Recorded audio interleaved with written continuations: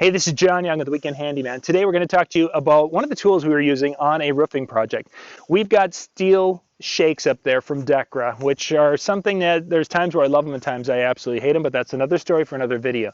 But what these are basically sections of metal, of the shingle, that have to be screwed in or handled very much like steel siding. So you have a starter strip, you've got to clip things in, and then you've got screws in the top. Each shingle takes four screws. The screws that we used for this particular project, the ones that they recommend, are just a little 1/4 inch head, nothing fancy, just a nice little screw, and these are what we're using to put down the starter strips, to put down any of the trim, and some of them, of course, you need to have gasketing on, but these screws are used. This particular project I used for removing all of because we're re-roofing part of it. I had to remove everything and to put it back in. I used this is the CMCD700 here from Craftsman. As you can see, it's gotten scuffed up here a lot. It's been up on that roof for well over a week. I've done this project. Unfortunately, I've had to do this roof twice, taking things off and put them back. The very first time we used a high-end Makita drill. We ended up killing it before we got done with the project. We ended up having some of the gears in there. They died. So we took it in, got it fixed, and yay, rah, rah.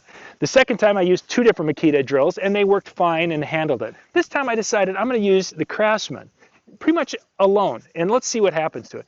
Well, again, as you can see, it's taken a little wear because you're up on there's a grit on those.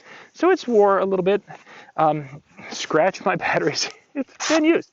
But this little drill did a wonderful job of running things in and pulling things back, well, pulling things out, taking all the shingles down. We had to do some redecking and then putting everything back together.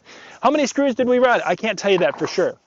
But what I can tell you, this is what we removed them and put them into twice. So this was basically full up to the top, took this off, had this full, and we did it again. It wasn't as full the second time. The second jar was about half of this, maybe about 2/3, somewhere like that. That jar was half full. It was a taller jar. But that was that many of these little guys. So there were hundreds of them that we had taken off the roof. And these are coming off, there's pressure on them as you're taking them off and putting them back in, and we're running them back into solid wood now, and there's going to be the whole pressure on the clutch. And the Craftsman not only did a great job of doing that, but as I'm running it after the fact,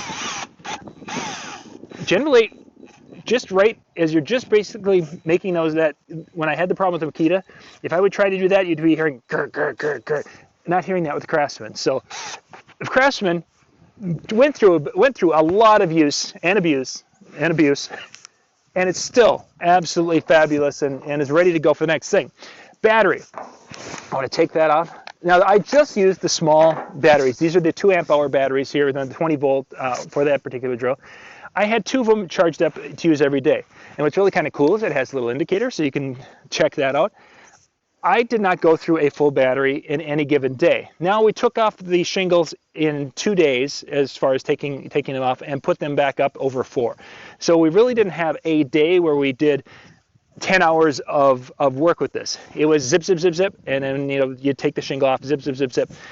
But the idea was that I didn't have to change the batteries. I had it up in my little tool pack up on the roof, but I didn't change it in the course of our work up there. So just wanted to give you guys just a little update if you've been kind of looking at some of the new Craftsman 20 volt tools and wondering how long are they going to last, how durable are they.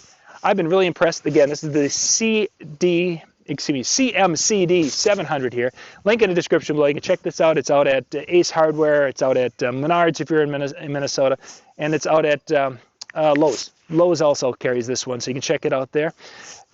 I definitely would highly recommend this one. It stood up to a lot of abuse, lightweight, does a great job, and it has that little LED light so you can see if the lighting starts getting a little bit low like it does at the end of the day here in the fall in Minnesota.